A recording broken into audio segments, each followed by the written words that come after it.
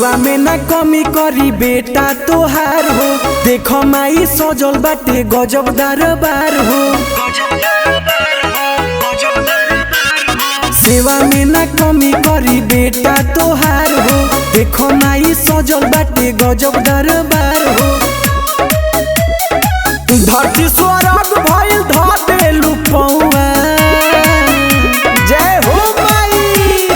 उहे नीम के छाव रही उहे कलसा जौआ। बार बार आई है माई हमरा गौआ। उहे नीम के छाव रही उहे कलसा जौआ। हर साल आई है शेरा वाली हमरा गौआ।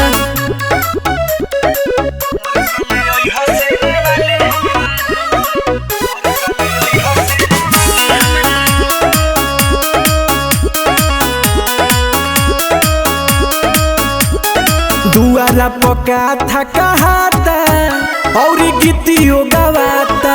बाजता ढोल नगाड़ा जयकारा सुनाता। दुआरा पका था कहाता और गीतियों गवाता। बाजता ढोल नगाड़ा जयकारा सुनाता। गंगा जल से धो अब मारी राउर पौआ। उहे नीम के छाव रही उहे कलसा जौआ। बार बार आई है माई हमरा गौआ। उहे नीम के छाव रही उहे कलसा जौआ। हर साल आई है शेरा वाली हमरा गौआ।